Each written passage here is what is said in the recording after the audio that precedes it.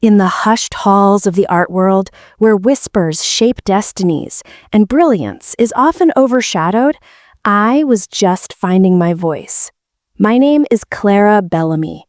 I didn't paint landscapes or portraits. My canvases were invisible, woven from memory, scent, and sound. My medium was multi-sensory installations designed to evoke profound human connection, to draw you in not just through your eyes, but through forgotten pathways of the mind. My art was deeply personal, each piece drawing from my own family history, a quiet belief that art should stir the soul, not merely impress the gaze. For years, I struggled for recognition, often dismissed as too conceptual by traditional galleries, my installations deemed an enigma. I grew up in a small town nestled in the Appalachian foothills, far from the gleaming white walls of metropolitan galleries. My grandmother, Alara, was my first art teacher. She wasn't formally trained. Her medium was life itself. She'd teach me to distinguish the faint, earthy scent of petrichor after a summer rain from the dry, dusty smell of drought. She'd hum ancient lullabies, passed down through generations, each note carrying a history. And she kept a small, tarnished silver locket, a worn wooden prayer bead, a faded silk scarf, each an heirloom, a silent keeper of stories. She taught me that true art wasn't just seen, it was felt, it was remembered, it was carried in the very air. This philosophy became the bedrock of my artistic practice. While my peers in art school were still grappling with brushstrokes, I was experimenting with scent diffusers, directional speakers, and light modulation, striving to translate the ephemeral nature of memory and emotion into a tangible, immersive experience. My installations were quiet, often subtle, demanding active participation from the viewer, an intimate engagement rather than a passive observation. This often made them a hard sell to commercial galleries, who preferred predictable, easily consumable pieces. I understood the challenge, but I refused to compromise my vision. Then, Julian Thorne entered my world. His name was a deity in the art criticism pantheon. He was the gatekeeper, the renowned art critic, the curator whose words could make or break a career. Impeccably dressed, effortlessly charismatic, he held court at every exclusive gallery opening, always surrounded by admirers, hailed as a visionary who could unearth the next big thing. He had an almost uncanny ability to predict trends, to champion a new artist who would invariably skyrocket to fame. I saw him as a force of nature, someone whose intellect I could only aspire to.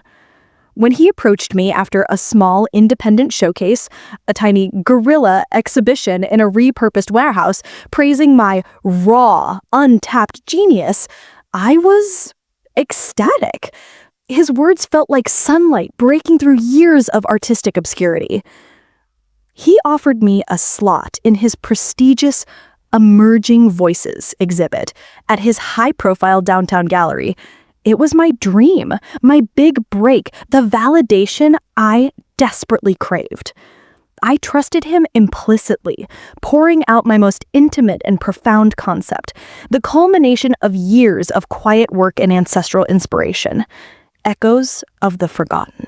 This installation, I explained to him, was to be built around a collection of my grandmother's forgotten heirlooms: the tarnished silver locket, the worn wooden prayer bead, the faded silk scarf, and a collection of delicate, dried botanicals she used in her rituals.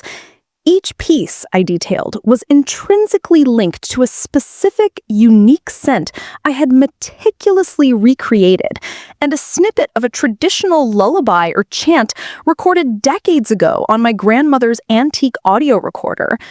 It was designed to evoke a collective ancestral memory, a shared human experience of connection and lineage. It was, quite literally, profoundly tied to my personal history, my family rituals, the very essence of my being. Julian listened intently. his piercing blue eyes never leaving mine, nodded, asking precise questions that made me believe he truly understood my vision. He called it revolutionary, a paradigm shift in sensory art. My heart soared. The mentorship began, or so I thought. Julian started subtly taking over.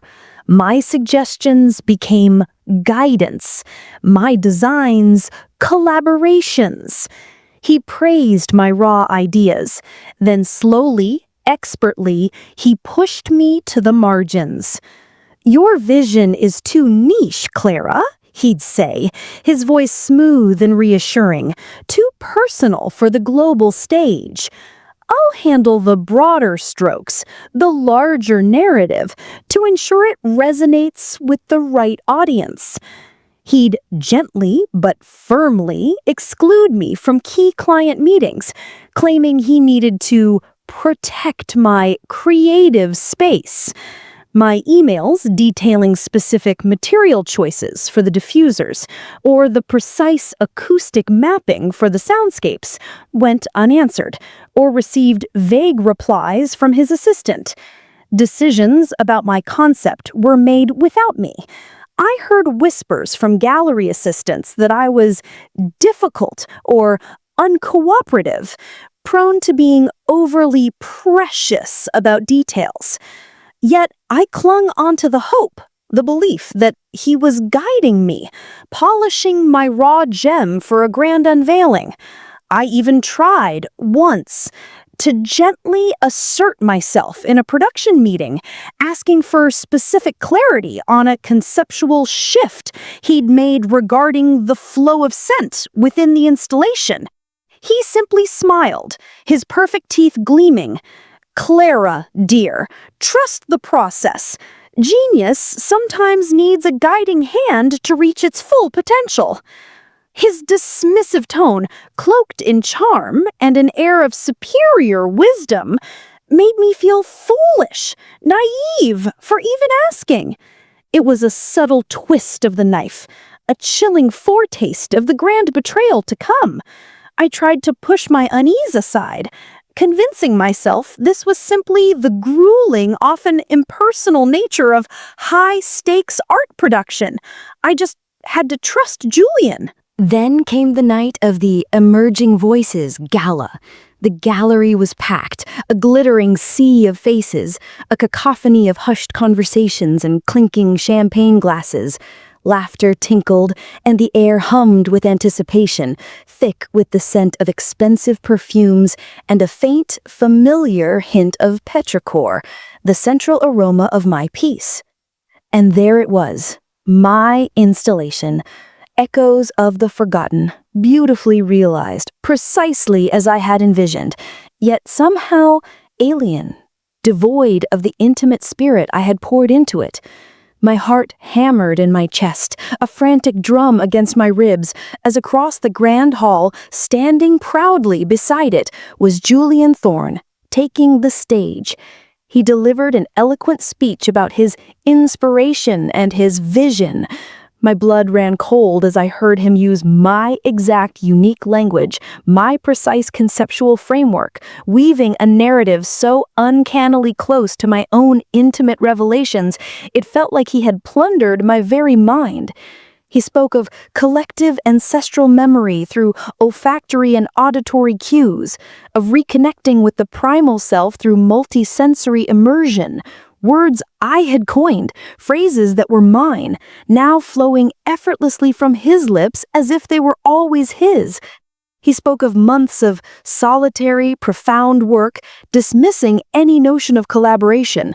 He received thunderous applause, and then the worst part, a prestigious industry award for the concept, for his groundbreaking work. I stood there, paralyzed. The noise of the crowd, a distant roar in my ears. The champagne felt like acid in my throat. It was my heart, my soul, my deepest personal truth paraded as his own. I tried to speak, to protest, to shout, but a security guard, with polite but firm hands, appeared as if from nowhere, gently but firmly ushering me aside. Julian, from the stage, caught my eye and offered a dismissive smile, his eyes cold and devoid of remorse. "A passionate young artist," he said to someone nearby, loud enough for me to hear, perhaps a bit overwhelmed by the occasion. Such a shame when talent doesn't quite grasp the bigger picture. The whispers started, spreading like a venomous ink stain, jealous, unstable, just trying to steal his thunder. The art world, my dream, my sanctuary, turned its back. I was blackballed, dismissed as a resentful, deluded wannabe. My gallery contacts went silent, my career shattered before it even began. I walked out of that gallery into a world that felt suddenly bleak and colorless. Every canvas, every scent, every sound tainted by Julian's theft, by his lies, by the industry's complicity. The air itself felt like ash. I locked myself away. My studio, once a sanctuary, became a messy monument to despair. Empty coffee cups littered surfaces, discarded sketches lay crumpled on the floor. Every brushstroke, every musical note, every fragrant oil felt utterly meaningless. Weeks bled into months. I saw no way forward, no path back to the dream that had been so cruelly snatched away. The bitterness was a physical ache. I considered giving it all up, finding a quiet corner of the world where art and ambition held no sway. But amidst the despair, a flicker, a cold, hard realization sharp as a sculptor's chisel. Julian had stolen the surface of my work, the conceptual framework, the aesthetic. He had mimicked its appearance, but he could never steal its soul. My art, true art, was built on layers of personal history, on intimate knowledge, on unique details that he, the intellectual fraud, would never possess. He had taken the broad idea, the grand facade, but he'd missed the singular, intimate threads woven into its very fabric, the unquantifiable magic that made it mine. Fueled by this renewed purpose, a quiet, burning resolve, I pulled out old journals, dusty sketches, my grandmother's antique audio recorder, relics of a past I now realized held the key to my future.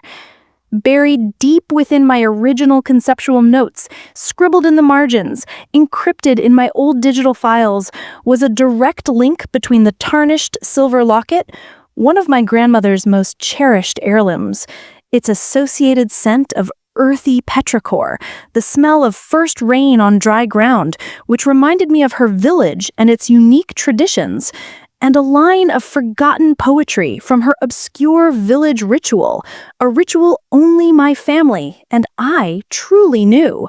This wasn't just any lullaby, it was a specific, nearly forgotten dialect, subtly inflected with regional nuances that no casual observer would ever notice, let alone replicate. And the locket itself, beyond its obvious tarnish, had a tiny, almost invisible etching on its inner clasp. My grandmother's initials, intertwined with a symbolic vine, a private mark known only to those who truly cherished it, a secret passed down through whispers and touch. Julian, for all his charisma and supposed intellect, would never have understood this specific depth or its precise subtle significance. It was my unreplicable signature, a truth woven into the very DNA of the piece, an invisible watermark of my genuine creation. He had copied the score, but he couldn't play the melody from the heart. Then came the announcement. Julian Thorne would host a special artists' talk for Echoes of the Forgotten, promising to reveal the deeper meaning behind the piece, a behind-the-scenes look at its profound origins. My chance. He'd have to improvise, to explain something he didn't truly create, to invent a narrative where none existed for him. I had the authentic knowledge, the proof of a stolen soul. I planned my question, not an accusation, but a probe. A question so specific, so nuanced to the true origin of Echoes of the Forgotten, that only its rightful creator, me, could answer. I meticulously prepared, refamiliarizing myself with every detail, every inflection, every forgotten note. My face was calm, focused, a mirror of the cold determination in my heart. In my hand, I held a small, elegant diffuser and a tiny, perfectly synchronized audio playback device, its true purpose known only to me. This wasn't just revenge. It was a reclamation. The gallery was once again abuzz for Julian's talk. The same bright lights, the same expectant faces, perhaps even some of the same critics who had so readily dismissed me months ago. Julian radiated confidence, a king on his throne, strutting onto the stage, pontificating on his masterpiece. He spoke with his usual eloquent bluster, weaving grand, abstract concepts around my concrete design. When the Q&A began, my heart pounded, a frantic rhythm against the quiet resolve in my veins, but my voice was steady. I calmly stepped forward to the microphone, my gaze locked onto his. "Mr. Thorne," I began, my voice cutting through the polite murmur, clear and resonant. "I'm curious about the specific symbolism of the ancient silver locket within Echoes of the Forgotten. Could you elaborate on its precise link to the subtle, earthy petrichor scent and the hidden faint hum embedded within the piece? More profoundly, what exact line of poetry or specific personal memory inspired that unique combination within the core narrative of the installation, particularly considering the rare dialect of the lullaby and the unique etching on the locket's inner clasp?" Julian stumbled. His practiced charisma wavered. A bead of sweat, barely visible, trickled down his temple. He tried to intellectualize, to generalize, to deflect, offering vague artistic interpretations.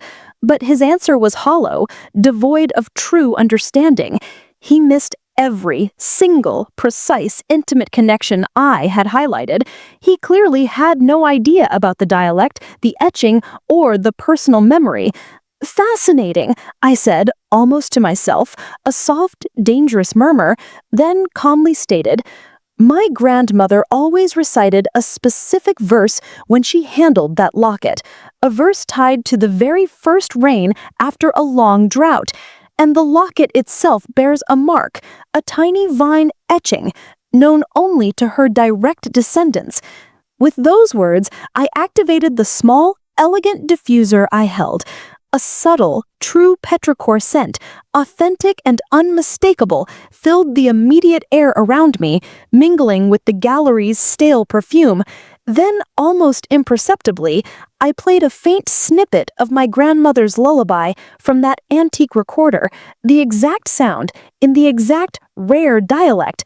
It was the exact sound, the exact scent, the exact personal meaning Julian had tried to appropriate but could never truly embody. It was an undeniable, multi-sensory signature that screamed my authorship. Silence fell. A thick, suffocating silence. Then a collective gasp rippled through the room.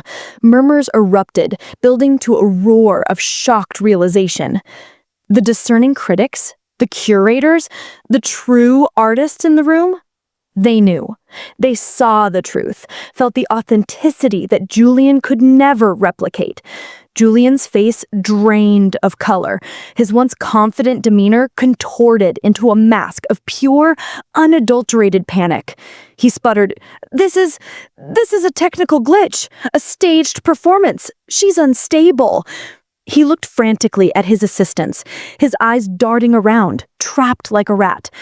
The cameras flashed, a relentless strobe, illuminating his unraveling for all to see. In that precise, devastating moment. The entire industry saw the truth. The headlines screamed, "Art World Scandal. Thorne's empire collapses in plagiarism fury. The true artist unmasked. Clara Bellamy's vindication." The noise of his undoing was deafening, a symphony of consequences that echoed through every news outlet, every industry conversation. Julian Thorne tried to fight back, of course. His lawyers sent cease and desist letters, threatened defamation lawsuits, attempting to bury me in legal jargon and financial pressure. They alleged I was mentally unstable, that I fabricated the evidence. He leveraged his remaining influence to spread rumors, to discredit me through whispers campaigns, just as he had done before. But this time, the evidence was undeniable. My original conceptual notes, the verifiable timestamps on my digital files, the unique dialect of the lullaby that no one else could possibly reproduce, the hidden etching on the locket, it all created an insurmountable mountain of proof.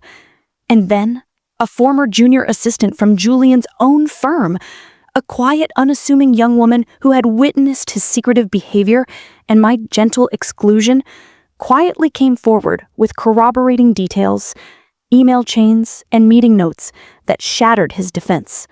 His attempts were futile. Each legal threat he launched only served to draw more attention to his fraud, further solidifying my position and dismantling his. The whispers that had once condemned me now turned to his name.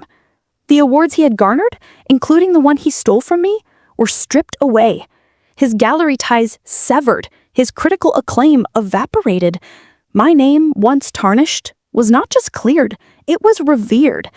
A torrent of opportunities flooded my way, but these weren't empty promises from opportunists.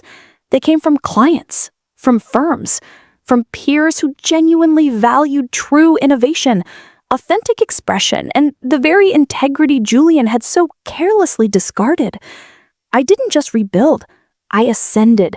I opened my own independent studio, a beacon of the principles I had always held dear, a living testament to ethical design and unwavering vision. My installations, now truly mine, bloomed in new, respectful spaces, touching audiences with the genuine human connection I had always sought. My retribution wasn't a violent outburst, nor a petty act of destruction. It was a meticulously crafted blueprint, a quiet, devastating exposure of the truth. It was the patience of a seed breaking through concrete, the undeniable force of natural consequence. And sometimes, the most profoundly satisfying payback isn't about striking back. It's about watching justice, in all its quiet, unyielding power, finally build its own unshakable foundations.